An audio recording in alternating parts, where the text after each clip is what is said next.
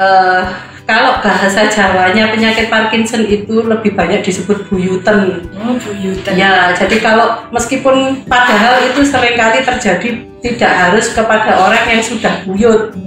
Bisa juga terjadi pada orang yang masih muda, Mbak. Jadi Assalamualaikum warahmatullahi wabarakatuh. Rumah Sakit Umum Daerah Kabupaten Jombang mempunyai inovasi pelayanan yaitu talk show Humas Menyapa, di mana dokter spesialis dan subspesialis memberikan sosialisasi dan edukasi kepada masyarakat Kabupaten Jombang dan sekitarnya. Semoga dengan adanya acara talk show Humas Menyapa Rumah Sakit Umum Kabupaten Jombang bisa memberikan manfaat dan keberkahan kepada kita semuanya.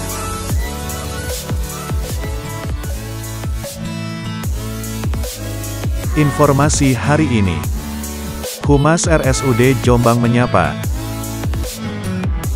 Bincang-bincang dengan Dr. Intan Nurswida, SPS, dokter spesialis saraf RSUD Jombang. Membahas tentang penyakit Parkinson. RSUD Jombang, kami melayani dengan sepenuh hati.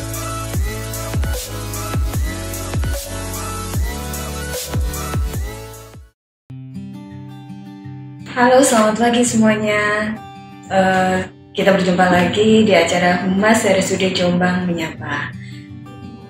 Kembali lagi bersama dengan saya, host yang sebelumnya sudah pernah membawakan acara ini. Saya Ernia Rosita Sarjana Keperawatan Nurse, salah satu host yang ada di sini. Dan saya hari ini ditemani oleh salah satu dokter cantik dari KSM Saraf. Beliau di sebelah saya, beliau adalah Dr. Intan Nurswida. Selamat pagi, Dok. selamat pagi. Beliau adalah salah satu dokter spesialis saraf yang ada di RSUD Jombang. Pada pagi hari ini kita akan membahas tentang penyakit Parkinson ya, Dok ya? Iya, betul sekali. Kira-kira bisa kenapa, Dok? Karena hari ini dijelaskan sedikit mungkin di awal, kenapa sih hari ini kita milih Parkinson? Kenapa sih nggak bahas yang lain-lain gitu? Mungkin monggo silakan, Dok. Ya, baik ya. Saya perkenalkan, nama saya Dr. Intan Nurswida dari KSM Saraf. Ya, kita pelayanan di Poli Saraf RSUD Jombang, juga dirawat inap. Nah, saya berminat sekali untuk menjelaskan masalah Parkinson ini. Pertama, yang jelas di masyarakat itu sebenarnya kasusnya banyak sekali. Cuma mungkin awareness dari masyarakat atau kepedulian masyarakat tentang penyakit ini masih kurang, dianggap sepele. Jadi kalau bahasa Jawanya penyakit Parkinson itu lebih banyak disebut buyuten. Oh, buyuten. Ya, jadi kalau meskipun padahal itu seringkali terjadi tidak harus kepada orang yang sudah buyut. Bisa juga terjadi pada orang yang masih muda, Mbak. Jadi ada namanya early onset Parkinson. Jadi yang muncul pada orang yang masih muda, jadi belum buyut sudah buyuten gitu, gampangannya seperti itu ya. Nah, tapi masyarakat tidak tahu, dianggap ya wis biasa, kalau sudah sepuh seperti ini, sudah tua itu ya wis begini, dianggap masih nggak apa-apa gitu. Padahal itu penyakit yang progresif, ada gradingnya, bertahap, bisa meningkat, bisa parah, dan mengganggu activity daily living, jadi mengganggu kehidupan sehari-hari, dan ujung-ujungnya ya nanti pasti akan merepotkan bagi dirinya sendiri dan keluarga tentu saja. Oke, seperti itu. Berarti alasan utamanya ini karena penyakit ini sudah banyak ya, Dok ya. Ya, banyak terjadi di dunia, masyarakat. banyak terjadi di masyarakat, cuma mungkin masyarakat belum aware, belum paham. Oh, ini tuh penyakit ini gitu, dan ini harus diobati gitu, mungkin seperti itu. Jadi hari ini nanti kita akan membahas mungkin tentang Parkinson itu apa sih, kemudian gejalanya kayak gimana, penyebabnya apa, kemudian cara ngobatinnya kayak gimana, pemeriksaannya kayak gimana, harus berobat kemana ya, Dok ya, terutama gitu. Oke, langsung saja kita ke tahap yang selanjutnya ya, Dok ya. Mungkin bisa dijelaskan langsung kepada masyarakat Parkinson itu seperti apa, biar semuanya pada paham gitu. Ya, baik. Jadi Parkinson itu sebenarnya sudah diketahui sudah sejak lama ya, jadi cuma mungkin kita belum terlalu familiar aja. Jadi banyak terjadi kepada pasien lansia yang usia di atas 50 tahun ke atas. Gejalanya kalau gampangannya kita ingat-ingatnya dengan singkatan TRAP ya, TRAP. T itu tremor. Tremor itu bahasa Jawanya gemeteran. Ya, jadi ada gemetaran pada tangan, kaki, ujung lidah seperti itu. R itu rigiditas. Jadi rigiditas itu kayak kekakuan. Jadi kalau mau jalan itu rasanya kaku seperti itu. Akinesia. Jadi sulit bergerak. Orangnya tuh keluhannya sulit bergerak. P-nya itu postural imbalance. Postural imbalance itu ketidakseimbangan. Jadi keluhan pasien ini mudah sekali jatuh. Pasien duduk itu gampang jatuh, jelungup, kalau bahasa Jawa ya jelungup, atau jatuh ke belakang gitu, atau berdiri aja dia sudah mudah sekali jatuh. Jadi pada penderita Parkinson ini pada tahap yang berat ya, seperti itu. Keluhannya mudah sekali jatuh. Hanya berdiri aja jatuh, mau jalan sulit, kaku, gemeteran. Seperti itu. Ya. Gejala awalnya mungkin? Gejala awal biasanya terjadi yang pertama seringkali muncul itu tremor duluan. Nah kadang-kala yang itulah yang sering disepelekan, sudah mulai gemeteran, biasanya satu sisi ya, tidak harus kedua tangan gitu, atau jadi tangan kanan ini sudah mulai gemeteran, itu sudah muncul sejak usia lebih muda gitu. Pasien mungkin nggak terlalu aware, tapi kemudian berkembang menjadi kedua tangan, kemudian lebih berat lagi. Lah pada grading yang lebih berat, Parkinson itu bisa mengalami kekakuan total, akhirnya orangnya bedridden, jadi tidak bisa jalan, tidak bisa apa-apa, tidak bisa bangun dari tempat tidur. Itu pada yang kondisi yang sudah grade yang berat. Gemeterannya itu kadang-kadang kan gemeterannya itu apakah pada saat aktivitas atau selesai aktivitas atau istirahat atau gimana dok? Kadang-kadang kan ada orang yang gemeteran itu mungkin karena kurang makan gitu ya, atau pas lemah, atau pas lihat cewek cantik terus dia gemeteran gitu mungkin ya. Jadi kadang-kadang orang itu kan gemeteran ini kok piye sih gitu. Nah, ya jelas berbeda, apalagi gemetarannya kalau orang jatuh cinta itu jelas berbeda ya. Jadi gemetaran pada Parkinson ini terus menerus. Jadi bukan situasional. Kalau yang karena belum makan itu kan kalau lapar saja. Ini memang terus menerus seperti itu. Continue. Ya memang dia slow progresif ya, pelan-pelan itu, tapi tambah lama tambah memberat seperti itu. Jadi harus ada evaluasi rutin tiap berapa bulan seperti itu. Kalau ada keluhan tremor seperti itu yang progresif, berapa bulan tambah memberat, ya ini yang harus diperiksakan seperti itu.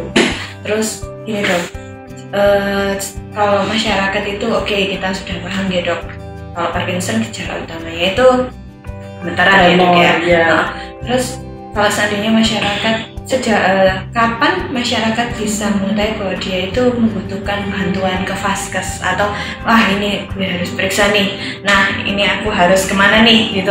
Kapan dia harus, apakah gemeteran diamati berapa lama dulu baru dia setelah itu memutuskan untuk periksa, atau gimana? Kapan dia harus periksa? Yang jelas ya, kalau dia mengalami gejala yaitu tadi TRAP itu tadi, tremor, rigiditas, akinesia, sama postural imbalance itu tadi, itu memang sudah lengkap ya seperti itu. Alarm pertama ya. Kalau alarm pertama ya tremor yang progresif. Jadi misalnya dalam waktu 3 bulan atau 6 bulan itu ada perberatan kok tambah nemen ya, tambah berat ya. Ya itu harus segera periksa ke vaskes. Kemudian dari vaskes akan ditindaklanjuti untuk dikirim ke yang tingkat yang lebih tinggi. Jadi untuk pemeriksaan Parkinson itu bisa dilakukan dokter umum, tapi untuk pengobatan jatah obat itu diberikan pada tingkat RSUD gitu, seperti itu. Tidak ditanggung pada vaskes 1. Terus mungkin selanjutnya penyebabnya ya dok ya. Tadi kan sudah gejalanya, kemudian apa sih? Terus penyebabnya dok, kira-kira apa sih yang membuat Parkinson itu muncul? Apakah karena penyebab karena salah makan, atau karena genetik, keturunan, atau gimana mungkin penyebabnya? Jadi kalau untuk penyakit Parkinson disease sendiri sih penyebabnya sampai sekarang masih belum diketahui. Gitu. Tetapi ada gejala-gejala yang namanya Parkinsonisme. Ya, jadi Parkinsonisme itu penyakit yang karena gejalanya sesuai seperti Parkinson itu tadi, tetapi dengan penyebab yang jelas. Misal contoh petinju yang terkenal yaitu Pak Muhammad Ali. Ya, beliau itu mengalami Parkinson setelah cedera kepala berkali-kali karena ditonjok. Jadi kan memang beliau ini petinju. Jadi dia akan muncul gejala-gejala stroke itu tadi pada beliau dengan berkembangnya sering karena mengalami cedera kepala, pemukulan seperti itu. Bisa juga muncul gejala Parkinsonisme ya, itu pada pasien pasca stroke. Bisa juga ya karena pasien-pasien yang lain-lain juga seperti itu. Tetapi kalau penyakit Parkinson sendiri yang memang ada pasien itu memang tidak diketahui, jadi dia nggak pernah trauma kepala, nggak pernah stroke, nggak pernah apa ya, ini yang penyakit Parkinson itu tadi. Jadi ada dua, yaitu penyakit Parkinson dan Parkinsonisme seperti itu, yang menyerupai Parkinson tetapi karena ada sebab yang jelas memang seperti itu. Oke. Siap. Terus dia berarti penyakit itu bukan karena virus atau bakteri ya dok ya berarti bisa ya? Juga kalau yang Parkinsonisme itu karena penyakit virus juga bisa. Jadi gitu. terjadi kerusakan di area yang mengatur gerak di otak, di area basal ganglia di daerah situ. Berarti penyakit ini itu lebih ke arah saraf ya dok ya? Iya, lebih karena gangguan di otak seperti itu. Penyakit ini lebih karena gangguan di otak sehingga nanti kontrol ke tubuhnya menjadi berkurang ya dok ya, sehingga tremor dan sebagainya tadi. Oke, siap. Kemudian berarti kalau diagnosis itu dia periksa ya dok ya? Iya, harus periksa. Kemudian dia didiagnosis itu kira-kira proses untuk mendiagnosis itu gimana dok? Harus diperiksa apa dulu sehingga mungkin dia berarti kamu diagnosis Parkinson nih gitu. Jadi pertama kita ya jelas dari anamnesa ya. Jadi anamnesa ada nggak keluhan ini yang cenderung progresif seperti itu. Kemudian ya dari pemeriksaan klinis ada nggak yang tadi itu ada kriteria ya sebenarnya di situ. Jadi ada TRAP itu tadi. Ada nggak apa seperti itu lengkap, ada nggak kalau sudah jelas ada keempatnya ini ya sudah jelas itu memang Parkinson. Kemudian kita lakukan pemeriksaan penunjang ya. Jadi penunjang kita lakukan scan atau MRI, CT scan atau MRI, ya seperti itu untuk memastikan ini Parkinson disease kah atau ini Parkinson karena Parkinsonisme yang karena sebab yang lain ya seperti itu tadi, karena cedera kepala, karena tumor, karena stroke, dan seperti itu penyebab-penyebab yang lain.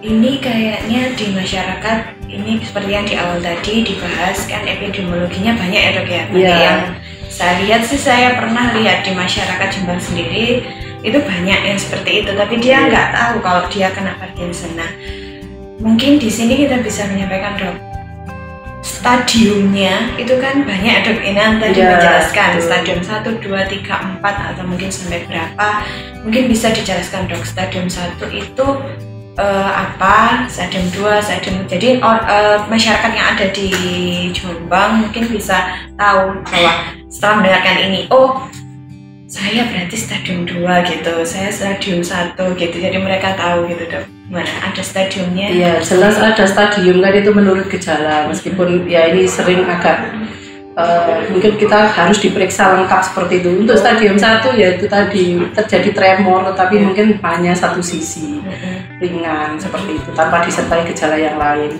Kalau yang kedua lebih berat, ada akinesia, ada berat gitu. Untuk yang terakhir yang stadium 4 itu tadi ya sudah terjadi kekakuan, kaku sampai tidak bisa bangun sama sekali seperti itu.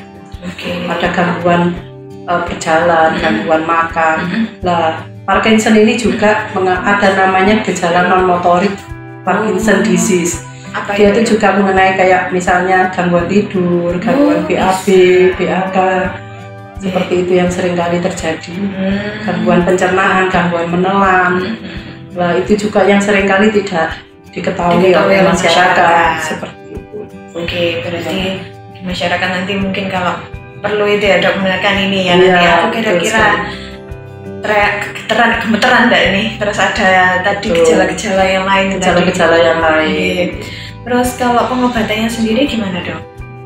Untuk pengobatan itu kita bahas yang farmakologis dulu ya. Jadi ada obat-obatan yang memberikan rangsangan kepada otak untuk menghasilkan zat yang merangsang bisa membuat gerak itu bisa lancar lagi. Jadi seperti itu obat-obatan. Bisa ya dok seperti itu ya? Ada, jadi obatnya ini memang khusus, cuma ini memang diberikan pada vaskes yang tingkat RSUD ya, tidak dilakukan di vaskes yang tingkat 1 di tingkat puskesmas ataupun klinik. Jadi kalau ada kasus seperti ini harus dirawat di tingkat RSUD.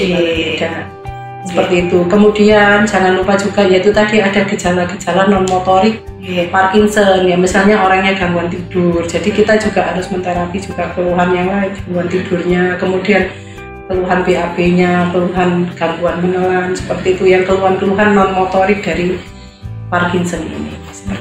Oke, siap. Yang non farmakologis mungkin dok, yang bukan obat, mungkin dietnya harus gimana? Kalau untuk diet, diet sehat biasa ya. Kalau yang itu, kemudian ada fisioterapi. Jadi karena pada pasien Parkinson ini kan ada kekakuan, jadi pasien ini juga bisa dilakukan fisioterapi. Jadi untuk stabilisasi pasien, karena pertama tadi kan ada gejala mudah jatuh, kalau jalan sulit ya, ini biasanya kita lakukan fisioterapi.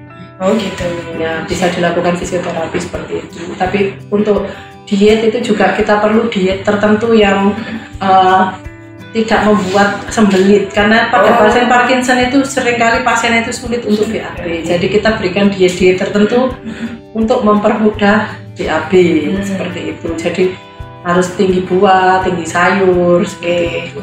Perlu ada pantangan nggak dok untuk nutrisinya? Pantangan ini tergantung penyakit komorbid ya. Jadi kalau dia sudah ada hipertensi ya kita seperti diet ya rendah garam seperti itu. Kalau ada komorbid yang lain ya disesuaikan dengan penyakit komorbidnya.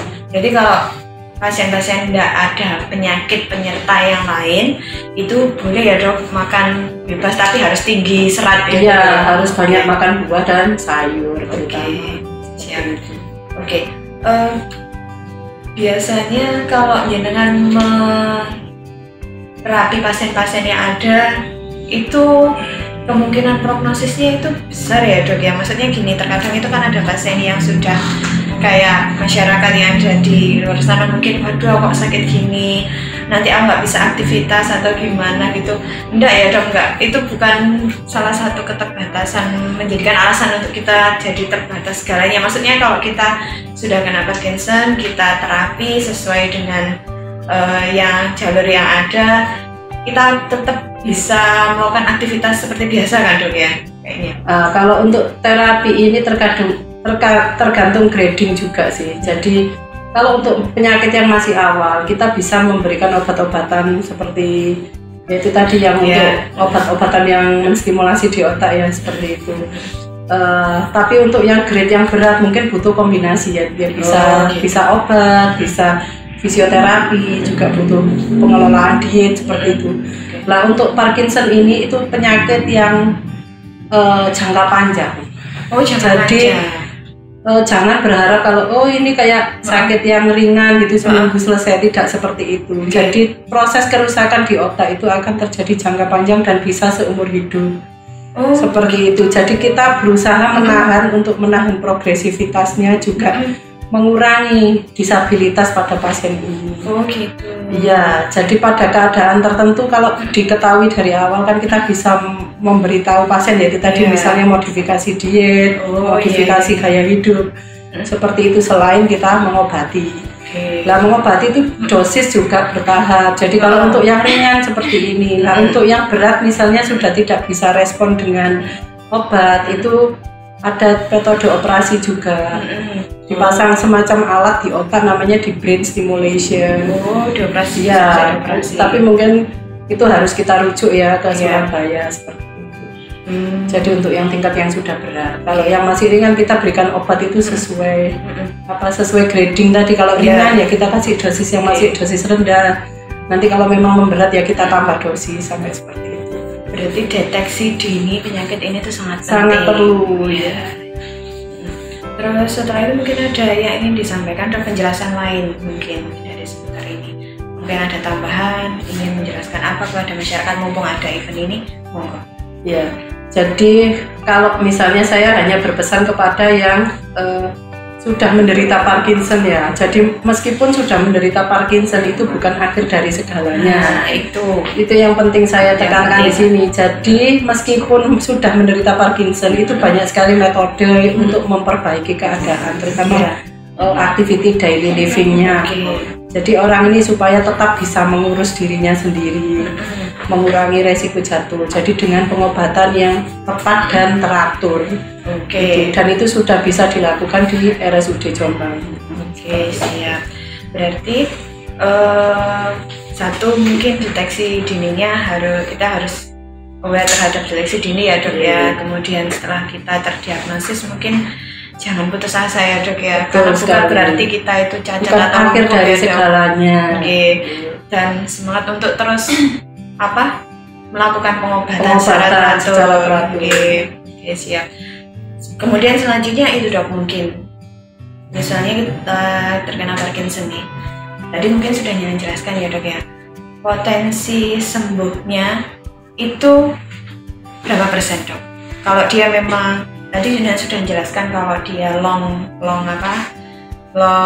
time ya dok ya, sampai nanti. Tapi kemungkinan itu bisa menurun atau membaik atau stabil atau gimana dok? Biar untuk menyemangati aja. Iya, jadi kalau yang sudah terkena Parkinson itu jangan putus asa. Memang ini penyakit jangka panjang dan bisa seumur hidup. Tetapi bisa dikontrol dengan obat-obatan tertentu yang saat ini sudah ada. Dan ini kalau memang tidak terkontrol dengan obat, bisa disarankan operasi tertentu yang diberi.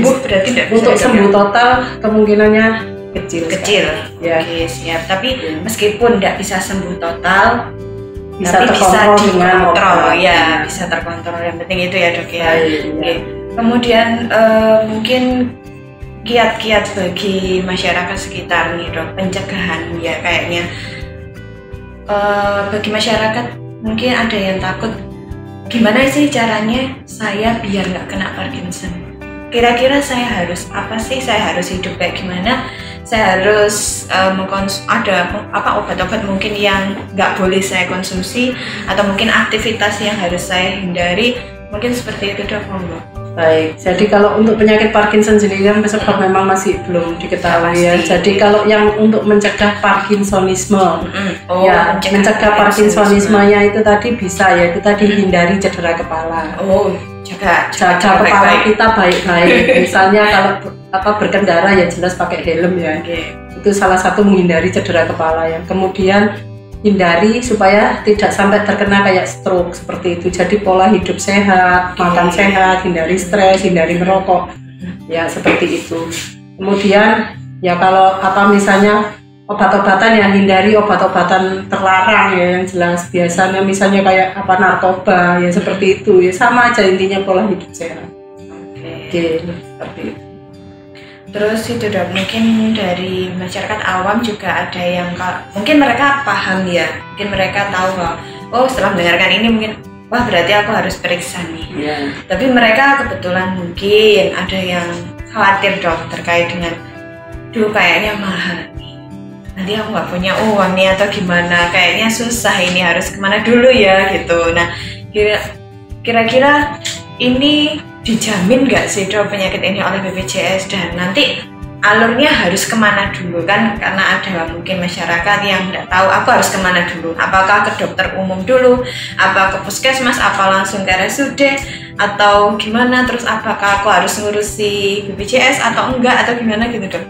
Ya baik, ya alhamdulillah penyakit Parkinson ini ditanggung obatnya oleh BPJS. Jadi kalau yang memang merasa menemukan gejala tersebut pada diri sendiri ataupun kepada keluarga, kepada tetangga atau orang dekat yang lain, bisa ke dokter vaskes terdekat. Kemudian dari dokter vaskes terdekat pasti nanti akan dilakukan rujukan ke RSUD, dan di sini ditanggung obat-obatan Parkinson. Ditanggung oleh BPJS ya dok ya? Iya, ditanggung oleh BPJS. Kalau di RSUD yang obat itu tidak ditanggung, ada ditanggung di PPK 3 yaitu di RSUD Sutomo Surabaya, itu lebih lengkap lagi. Obatnya bisa ditanggung. Dan langsung kita berikan sebagai obat kronis. Langsung 1 bulan 30 hari langsung dapat obatnya. Langsung 30 hari. 30 hari. Berarti nanti 1 bulan sekali ya dok kontrol 1 bulan sekali. Jadi tidak harus seminggu sekali atau Ya. 2 minggu sekali seperti itu, bisa dapat obatnya langsung 1 bulan. Berarti bagi masyarakat sekitar nggak usah takut terkait biaya dok ya. Iya. Yang penting kita pertolongan pertama dulu. Kalau sudah dirasa langsung aja ke puskesmas atau dokter sekitar ya dok ya. Iya. Nanti pakai BPJS, nanti bisa langsung dirujuk ke kami. Nanti di kami di RSUD Jombang ada pelayanan apa saja sih dok untuk penyakit Parkinson di sini? Ya jelas kita pemeriksaan dokter spesialis ya, pasti kita melakukan pemeriksaan dokter spesialis lah untuk menyingkirkan penyebab-penyebab yang itu tadi, apakah ini karena stroke, karena tumor. Kita di RSUD kan punya CT scan yang sudah 128 slice. 128 slice. Iya, itu sudah sangat bagus itu. Bisa sudah kelihatan dari mana-mana itu dok ya. Bisa lihat yang terkecil ya. Kemudian kita juga bisa cek laborat lengkap. Jadi kalau ini kan ada penyakit komorbid yang lain, mungkin disertai diabetes, disertai dislipidemi atau yang lain, kita bisa lakukan pemeriksaan di sini. Dan kalau untuk grade yang lebih berat bisa kita lakukan fisioterapi di sini. Oh, lengkap ya dok ya. Alhamdulillah seperti itu. Ada pelayanan rawat jalannya di poli langsung oleh dokter spesialis. Terus nanti pemeriksaan penunjangnya ada CT scan yang lengkap, labnya juga lengkap ya dok ya. Terus setelah itu nanti apalagi dok tadi ada terapi rehabnya ya dok ya. Dan obatnya ditanggung 30 hari. Oh, obatnya juga ditanggung 30 hari, lengkap ya. Jadi jangan ragu untuk berkunjung ke RSUD. Ya dok, sekalian promosi. Mungkin kita sudah di akhir acara dok, mungkin ada mau ada tambahan atau mungkin langsung kesimpulan yang ingin jenengan sampaikan ke masyarakat. Baik, terima kasih.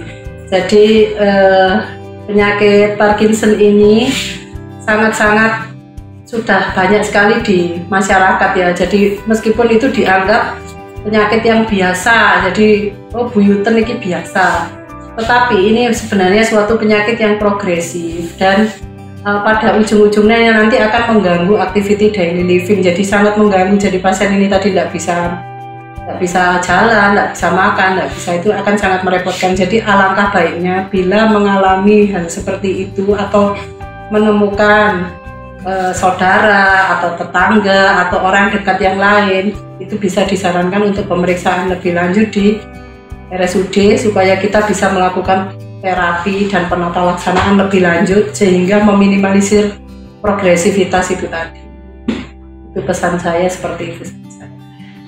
Baiklah, matur nuwun sudah meluangkan waktu bagi masyarakat sekitar.